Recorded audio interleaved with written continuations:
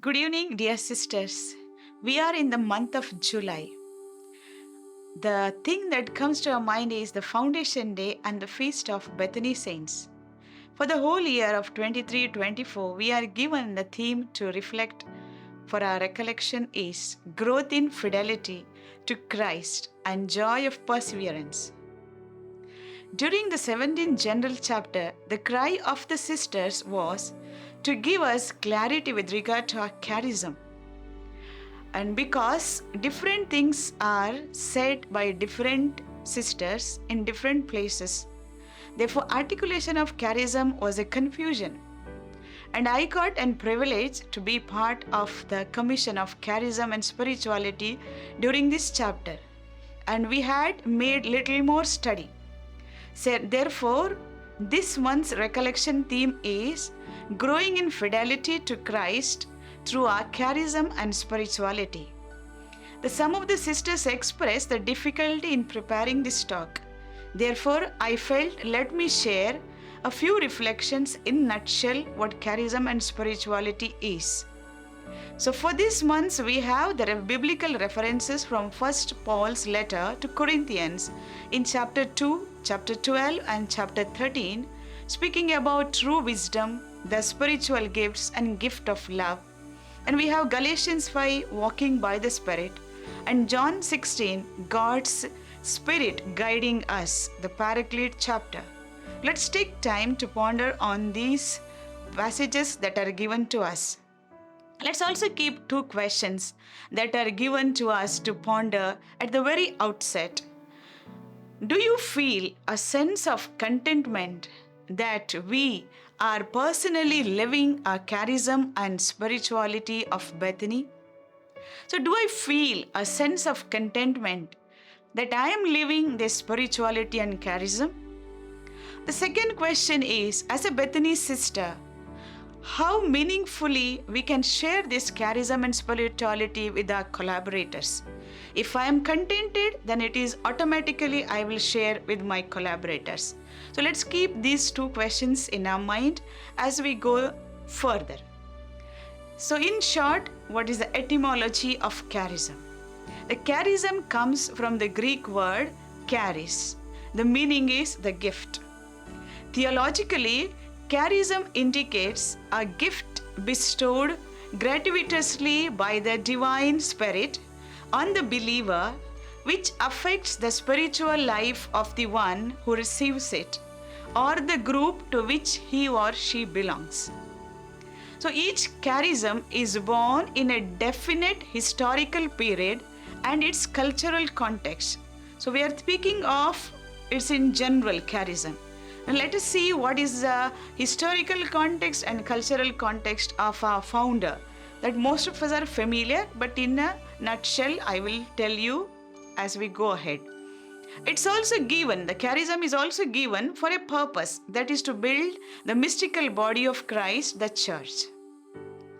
Every charism has got two aspects. One is the theological vision, second is the spiritual experiences. The theological vision is the particular aspect of the mystery of the life and mission of Christ, and the corresponding spiritual experiences of the founder, leading them into concrete action. I hope you understood the theological vision and also the corresponding spiritual experience from which the action flows. So, what was the dominant God image our founder RFC Mascarenhas contemplated? It is the incarnation of Jesus. Sister Violet recalls and writes, the contemplation of this God who incarnated led our founder to delve deeply on the mystery of kenosis. This mystery made an incredible impact on him. He was greatly moved by the incarnation of the Son of God, moved with deep reverence and tremendous love for this Word made flesh. He inscribed the words, "Behold how he loved," on the tabernacle of the mother house that he built. I'm sure all of us have seen this chapel and the words that are inscribed on our tabernacle. So, the God whom our founder encountered is the God of compassionate love. He also would tell the sisters when he was giving the conference in 1940, he said, "In your prayer, often dwell on the mystery of incarnation, the mystery of love. Jesus was made for men and women, and so he assumed human nature. Is it not reasonable, then, his spouses should get mad with love for him?"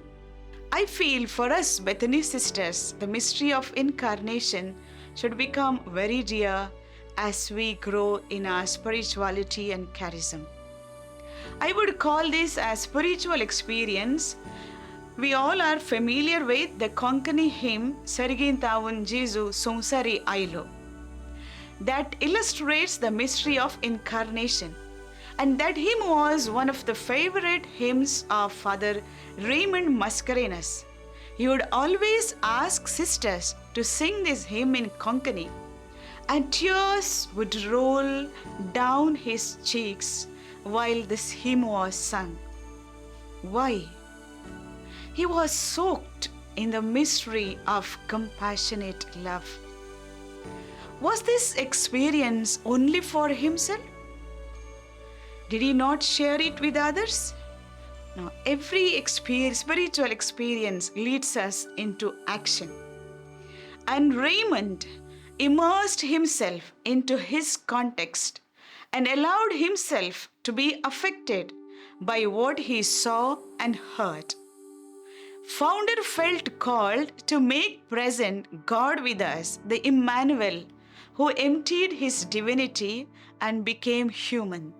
From this God experience, he looked at the challenges of his time. Also can say that's a historical context that was present during that time.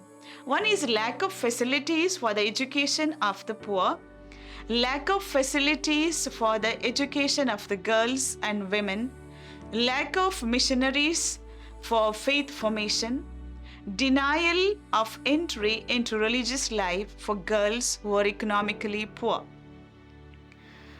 So, dear sisters, this answer sought by the 17th general chapter, after studying on the charism, we have come to a conclusion that hereafter all of us will study Constitution number 3, Constitution number 4 and page number 166 in the third part, which speaks the charism of the sisters of the Little Flower of Bethany can be summarized thus: to be a handmaid of the Lord and to share the compassionate love of Jesus with all, especially the poor and the marginalized, imbibing the missionary zeal and the diligent practice of the little way of spiritual childhood by integrating prayer and service. So from the charism, now I move on to spirituality. So each founder is given the grace to live in a unique way one aspect of the mystery of Christ in the world. The way it is lived is called the spirituality. Therefore, the spirituality of a particular congregation turns essentially around the origin of charismatic grace gifted to the founder. From this understanding, we gather that the charism and spirituality are interrelated. Spirituality flows from the charism. The spirituality of an institute is participation in the mystery of Christ in accordance with the charism received. Three models proposed by our founder are Mary in the mystery of Annunciation, Luke 1:26-38.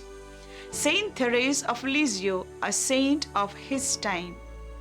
And third one is Mary and Martha of Bethany, Luke 10:38-48. Dear sisters, if the house has to be strong, the foundation has to be strong. Similarly, the Bethany has lived for 100 years. That means the rocks of Bethany are strong enough. So founder would say in his conference that we have 3 rocks on which our congregation stands. The first rock is the Chamber of Annunciation at Nazareth, the house of Bethany, and the cloister of Lysio.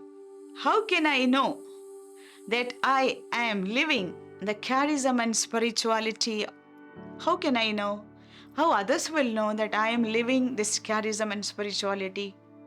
So I have taken few points from the distinctive traits of a Bethany sister from the book of Constitution. So if I live these traits or they are very visible in me, that means I live this charism and spirituality. First point is receiving Christ and giving Christ like Mary. We are all receiving Christ during our communion in the Eucharist. Am I giving Christ to others like Mary? The second is living by the compassionate love. Time and again we are reminded that we are to be called to be compassionate in our thoughts, in our words, and in our actions. And third is participating in kenosis, living the Paschal mystery. The Paschal mystery or self-emptying is part of our life. We cannot escape from this mystery. This year I am transferred to a hostel. So from the novitiate life to incarnate myself to hostel life was really a kenosis. I am happy that I got chance to participate in this mystery of Christ. I also got the chance to serve the poor. The children who are with me are educationally poor, economically poor, and socially poor. So I'm very grateful to God that I got this chance to practice my charism, especially serving the poor and the marginalized. And all of us, I'm sure, when we joined Bethany, desired to love God and to serve the poor. And God will fulfill this desire of ours if it is a genuine desire. He will give us. It's worth that we all experience the life of the poor and live with the poor and serve the poor. We'll find joy and contentment in our consecrated life. Next is growing in intimacy with the person of Jesus. A person who is growing in intimacy with Jesus is found faithful for her prayer without being reminded by others.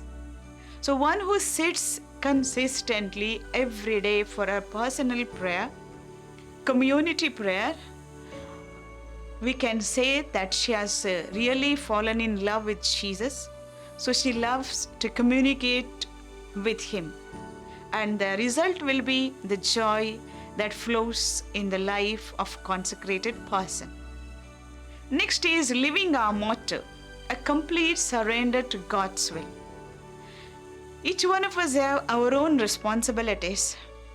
In addition, sometimes the superior, the provincial, or others ask some more things from us. It demands a lot, but still it's a chance or occasion to surrender our will to God's will. Next is childlike confidence and missionary zeal. Sisters, every day we are growing older and older, and the pains and aches in our body keep increasing. Some of us have knee pain, some of us have back pain, and so many pains in different parts of our body. So during this time of sickness, most of the times we experience loneliness or feeling of not understood. So therefore, I would say if we have childlike confidence, we enjoy the companionship of Jesus. And our pains and every step that we take with the difficulty can become a sacrifice. And like little flower, we can say, Jesus, I offer this for the love of you, save souls. Thus we can become missionaries within our 4 walls of convent. when we become incapacitated of moving out of the convent. And next one is love and service. I'm very happy and proud of Bethany sisters that most of the communities we have experienced the love and service to the members of the community, also to the outsiders or family or benefactors who come. So we are still outstanding in our service and in our hospitality. And especially I want to salute the sisters who took real risk to help out the displaced Christians in Manipur. And during the pandemic, many who moved out to reach out to the migrants and the poor who are not having the things with them sufficiently. So Bethany is alive and the charism is also alive. Last point is esteem for manual labor. In the beginning, the Bethany was having difficulty and sisters were poor and all of them were young and they worked hard. Today we are reaping the fruit of the elderly sisters' hard labor. And very sad to say that most of us have no time to do little duty that's given to us in our own community. Let's imbibe this one quality of manual labor so that I really become a Bethany sister. Now, what more can Bethany do to bring peace in Russia, Ukraine, and Manipur? We have done something, but I'm still asking, if founder was at this time present, what would he do? So what can Bethany do more for bringing peace in the world and in our country? Second is to reduce the global warming and to create ecological balance. We are seeing the tragedy of the climate change. So let us do something concretely, educating our children in our schools with regard to creating ecological balance. And third is how to love the poor and the marginalized a little more than what we do, so that every sister gets the joy of serving the poor and marginalized. So in conclusion, I would say we all have 3 cards with us: voter ID, Aadhaar card, and PAN card. Am I right? Okay, so Bethany sister, in addition, should have these 3 cards. Like voter ID, I would call as Ecce Ancilla Domini. The behold the handmaid of the Lord. This attitude, and it should be on the tip of our tongue. So that is my identity. And second is the Aadhaar card has got 10 digits number. So I would say Bethany sisters' Aadhaar card would be being experts in loving the poor and marginalized. So and whenever, everywhere the child is denied admission in their school or hostel or hospital, and Bethany sisters should be the first ones to cater to the poor and marginalized.